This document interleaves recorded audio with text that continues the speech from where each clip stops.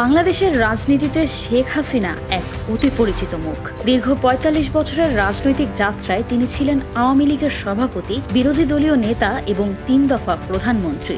বিশ্ব রাজনীতিতে দীর্ঘমেয়াদী নারী শাসক হিসেবেও তার নাম উল্লেখযোগ্য। টানা ১.৫ দশকের ক্ষমতার পর ছাত্র জনতার গণ অভ্যুত্থানের মুখে ২০২৪ সালের ৫ই আগস্ট তিনি প্রধানমন্ত্রীর পদ ছাড়েন এবং ভারতে চলে যান। পরবর্তী দিনগুলোতেই জানতে পারেন দলের কার্যক্রম নিষিদ্ধ, আর মানবতা বিরোধী অপরাধে নিজেও পেয়েছেন মৃত্যুদণ্ড। উত্থান পতন আর প্রত্যাবর্তনের নাটকীয়তা জায়গা করে নিচ্ছে তার পুরো রাজনৈতিক জীবনে।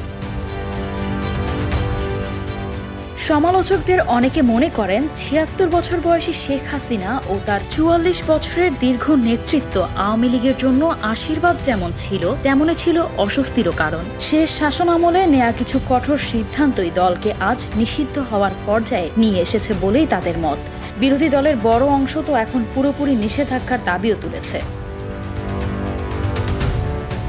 ১৯৭৫ সালের সামরিক অভ্যুত্থানে বঙ্গবন্ধু শেখ মুজিবুর রহমান সহ পরিবার পরিজন হারান শেখ হাসিনা ও শেখ রেহানা। তারা বিদেশে থাকার কারণে বেঁচে যান, কিন্তু আওয়ামী লীগ তখন কোণঠাসা। ১৯৭৬ সালে সামরিক সরকারের রাজনৈতিক বিধিনিষেধের মধ্যেই নতুন নিবন্ধন নিয়ে দলটি ধীরে ধীরে সংগঠিত হতে শুরু করে, কিন্তু নেতৃত্ব নিয়ে টানাপোড়েনে ভেঙে পড়ার উপক্রম হয় দল। সেই সময় আব্দুর রাজ্জাক, ডক্টর কামাল হোসেন ও জোহরা তাজউদ্দিনের উদ্যোগে শেখ হাসিনাকে দেশে ফিরিয়ে দল গোছানোর সিদ্ধান্ত হয়। ১৯৮১ সালের সম্মেলনে ভারতে নির্বাসিত অবস্থাতেই শেখ হাসিনাকে আওয়ামী লীগের সভাপতি নির্বাচিত করা হয়। ২ মাস পর দেশে ফিরে তিনি কার্যত দলের কেন্দ্রীয় নেতৃত্ব ধরে ফেলেন। বঙ্গবন্ধুর কন্যা হিসেবে ছিল আবেগের পুঁজি, আর জনতার সঙ্গে মিশে যাওয়ার সহজাত ক্ষমতা তাকে আরও গ্রহণযোগ্য করে তোলে। এরশাদ বিরোধী গণ আন্দোলনে সক্রিয় ভূমিকা তাকে রাজনৈতিক মাঠে শক্ত অবস্থান এনে দেয়। ১৯৯১ সালের নির্বাচনে জয়ের ব্যাপারে বেশ আত্মবিশ্বাসী ছিলেন শেখ হাসিনা এবং ফলাফলে ৮৪টি আসন পেয়ে তিনি হন দেশের প্রথম নারী বিরোধী দলীয় নেতা। ১৯৯৬ সালের ফেব্রুয়ারির বিতর্কিত নির্বাচনের পর তত্ত্বাবধায়ক সরকারের দাবিতে আন্দোলন গড়ে তোলে আওয়ামী লীগ। একই বছরের জুনে ১৩৩ আসন পেয়ে ক্ষমতায় আসে দলটি, আর প্রথমবার প্রধানমন্ত্রী হন শেখ হাসিনা। ৫ বছরের মেয়াদ শেষে ২০০১ সালের নির্বাচনে বিএনপি জামায়াত জোটের কাছে তারা পরাজিত হয়।